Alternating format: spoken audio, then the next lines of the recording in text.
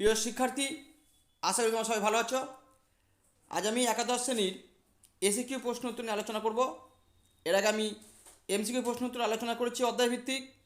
আজ আমি এসিকিউ প্রশ্ন উত্তর আলোচনা করছি। এটা অধ্যায়ভিত্তিক আলোচনা করব না, দুটি সেটের মাধ্যমে আমি প্রশ্ন উত্তরটি সম্পন্ন করব।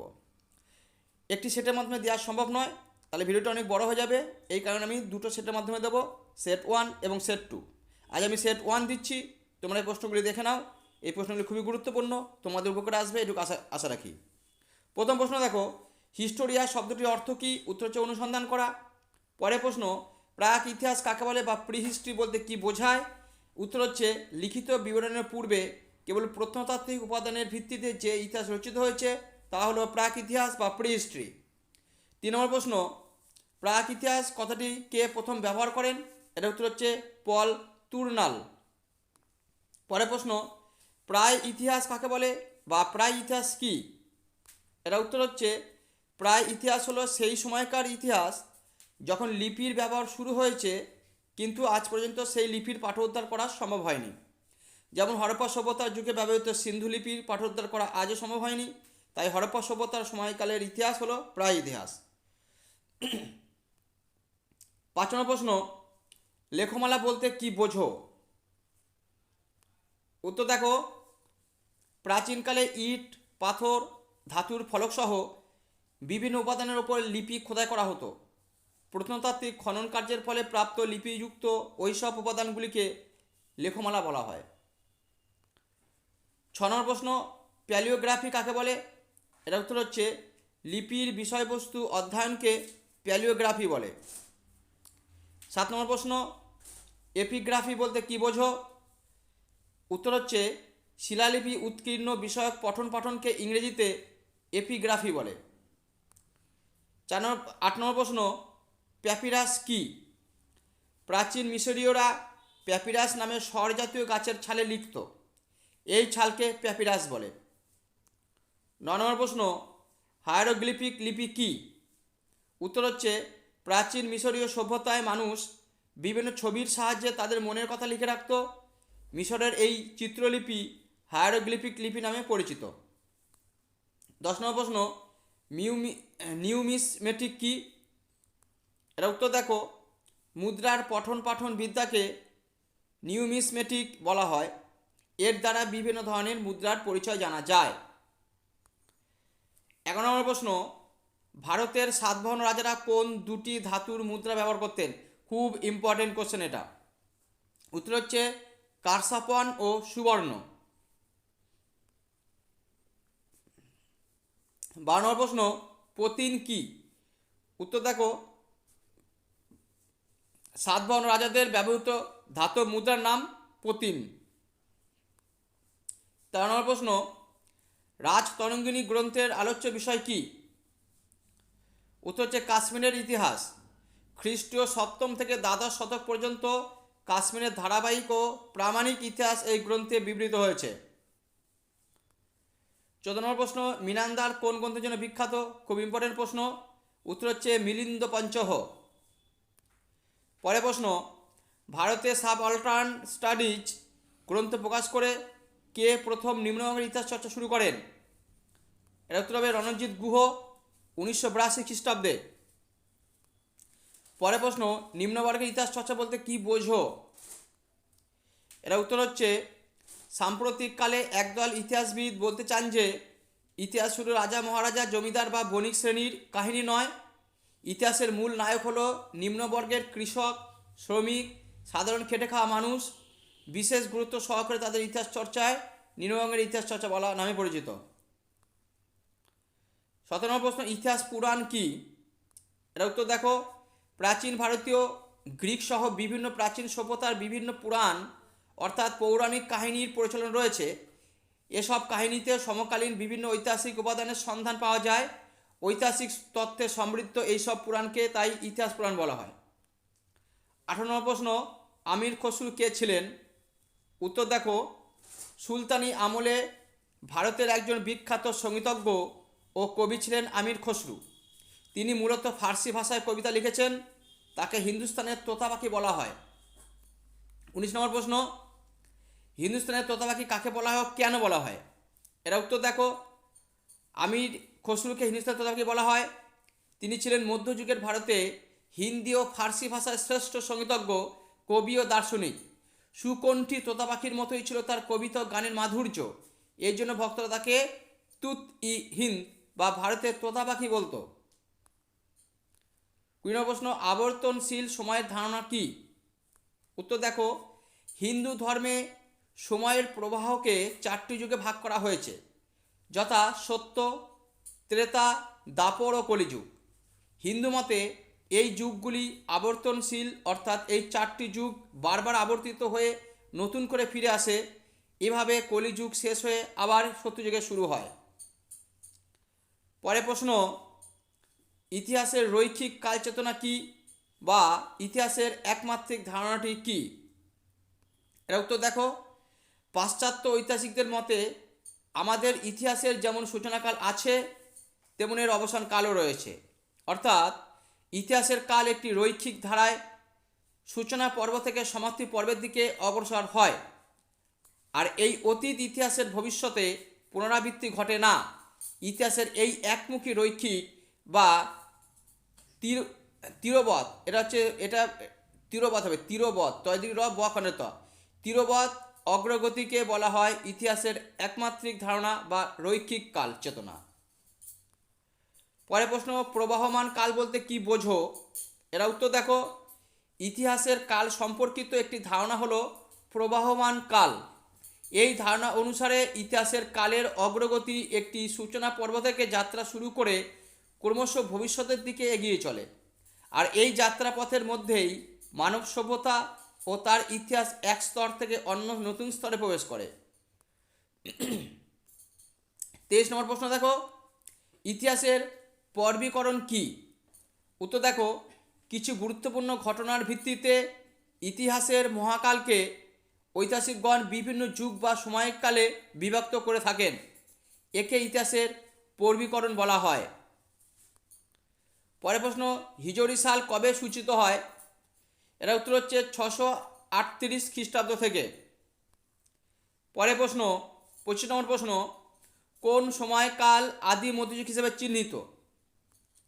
এরা উত্তর হচ্ছে আধুনিক ঐতিহাসিকগণ ভারতের মধ্যযুগকে আদি, মধ্য ও মধ্য এই দুই ভাগে ভাগ করে থাকে। আদি মধ্যযুগ হিসাবে রামশরণ শর্মা, ব্রজদুলাল চট্টোপাধ্যায়, নিহার রঞ্জন রায় প্রমুখ গবেষকগণ 600 থেকে 1206 খ্রিস্টাব্দ পর্যন্ত সময়কালকে উল্লেখ করেছেন। 26 নম্বর প্রশ্ন, জেমস মিল ভারতের ইতিহাসকে কী ভাগে ভাগ করেছেন? এর উত্তর হচ্ছে হিন্দু যুগ, মুসলিম যুগ ও ব্রিটিশ যুগ, এই 3 ভাগে ভাগ করেছেন। 27 নম্বর প্রশ্ন, পলিস কাকে বলে অথবা নগর রাষ্ট্র বলতে কি বোঝায়?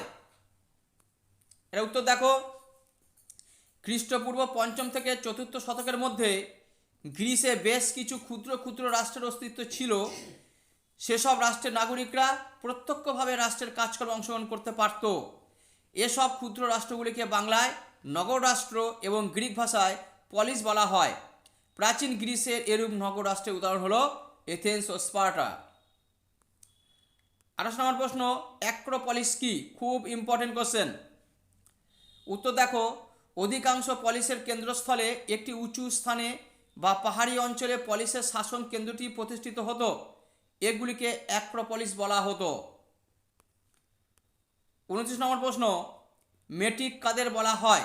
উত্তর দেখো প্রাচীন গ্রিসের অন্যতম গুরুত্বপূর্ণ নগররাষ্ট্র এথেন্সে বসবাসকারী বিদেশিরা মেটিক নামে পরিচিত ছিল। পরের প্রশ্ন, হেল্ট কাদের বলা হতো? উত্তর দেখো প্রাচীন গ্রিসের স্পার্টায় কৃতদাসদের হেল্ট বলা হতো। 31 নম্বর প্রশ্ন, অলিম্পিক ক্রীড়া প্রথম শুরু হয়েছিল কবে? এর উত্তর হচ্ছে খ্রিস্টপূর্ব 776 অব্দে। 32 নম্বর প্রশ্ন, 776 খ্রিস্টপূর্বাব্দের গুরুত্ব লেখো। উত্তর হচ্ছে প্রাচীন গ্রিসের অলিম্পিয়া নগরীতে 776 খ্রিস্টপূর্বাব্দে প্রথম অলিম্পিক খেলার সূচনা হয়। 33 নম্বর প্রশ্ন, জনপদ কি? উত্তর দেখো সংস্কৃত জন শব্দের অর্থ হলো উপজাতি এবং পদ শব্দের অর্থ হলো পা। সুতরাং এই অর্থ অনুসারে জনপদ বলতে সেই সব স্থানকে বোঝায় যেসব স্থানে কোনো নির্দিষ্ট প্রজাতি বা জনগোষ্ঠী বা জন তার পদ বা পা রেখেছে, অর্থাৎ নির্দিষ্ট কোনো উপজাতি গোষ্ঠীর নির্দিষ্ট কোনো বসতি হলো জনপদ। 34 নম্বর প্রশ্ন, প্রাচীন ভারতে মহাজনপদগুলির উত্থান কোথায় হয়েছিল? এর উত্তর হচ্ছে ষোড়শ মহাজনপদের মধ্যে 15টির উত্তর ভারতে এবং একটি অর্থাৎ অশোক দক্ষিণ ভারতে উত্থান হয়েছিল। 35 নম্বর প্রশ্ন, দুটি অরাজতান্ত্রিক মহাজনপদের নাম লেখো। উত্তর হচ্ছে ব্রিজি ও মল্ল, এই দুটি হচ্ছে অরাজতান্ত্রিক মহাজনপদ অর্থাৎ প্রজাতান্ত্রিক। পরের প্রশ্ন, কোন প্রাচীন গ্রন্থ থেকে ষোড়শ মহাজনপদ সম্পর্কে জানা যায়? খুব ইম্পর্টেন্ট প্রশ্ন।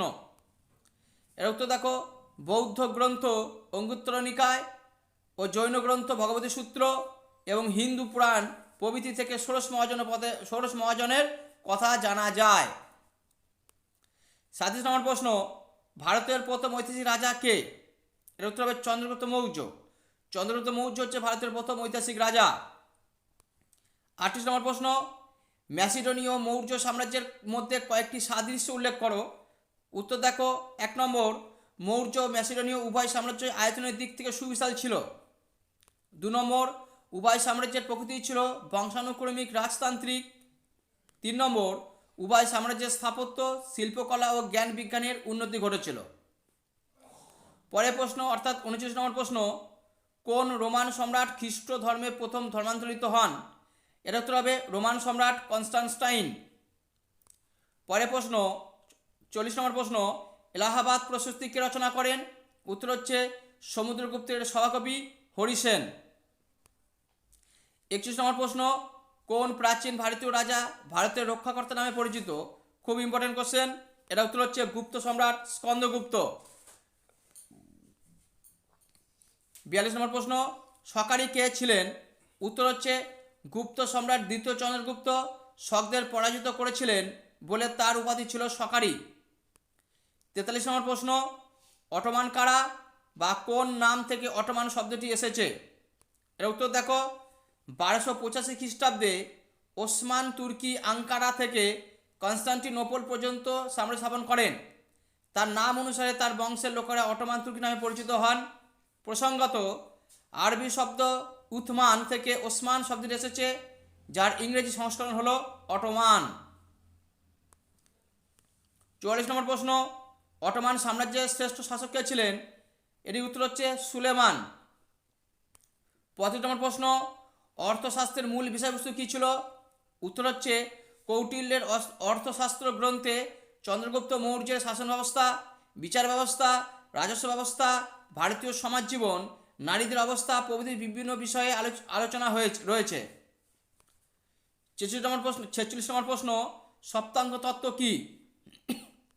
উত্তর দেখো, কৌটিল্য অর্থশাস্ত্রে রাষ্ট্রকে জীবদের সঙ্গে তুলনা করে এর 7টি অঙ্গের কথা বলেছেন।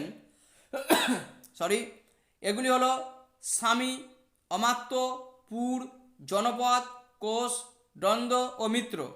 রাষ্ট্রের বিভিন্ন অঙ্গ সম্পর্কিত এই তত্ত্ব সপ্তাঙ্গ তত্ত্ব নামে পরিচিত। এই প্রশ্নটি খুবই গুরুত্বপূর্ণ, খুব ভালো করে মুখস্থ করবে এটি। পরের প্রশ্ন, মণ্ডল তত্ত্ব কী? এটা খুব ইম্পর্টেন্ট প্রশ্ন।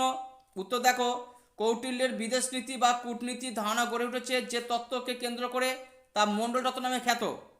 এই মণ্ডল তত্ত্বে মোট 12 জন রাজা এবং তাদের সম্পর্কে আলোচনা করা হয়েছে। পরের প্রশ্ন, কন্টক শোধন কী?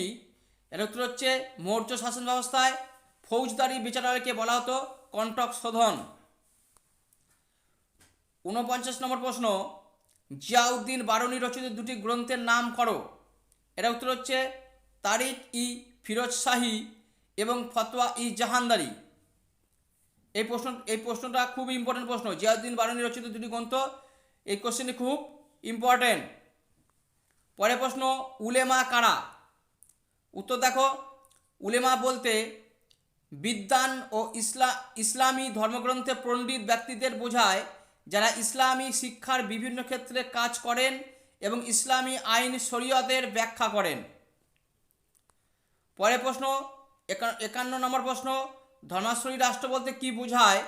উত্তর দেখো, ধর্মাশ্রয়ী বা পুরোহিততান্ত্রিক রাষ্ট্রের ইংরেজি প্রতিশব্দ হলো থিওক্র্যাটিক। জাগরিক শব্দ থিওস থেকে এসেছে।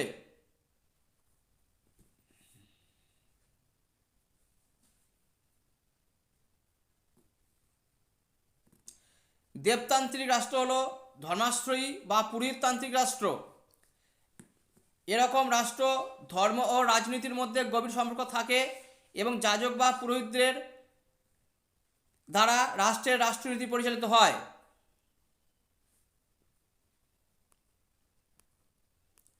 পরের প্রশ্ন দেখো, 52 নম্বর প্রশ্ন, জিলুল্লাহ শব্দের অর্থ কি? এর অর্থ হচ্ছে ঈশ্বরের ছায়া। তো এই 52টি প্রশ্ন আমি সেট 1-এ রেখেছি। এরপরে বাদবাকি প্রশ্ন সেট 2-এ আমি দিয়ে দেবো। তোমরা এই প্রশ্ন খুব ভালো করে করো, দেবে এখান থেকে বহু প্রশ্ন তোমরা কমন পেয়ে গেছো। আজ এই পর্যন্তই। তোমরা ভালো থেকো, তোমার রেজাল্ট ভালো হোক।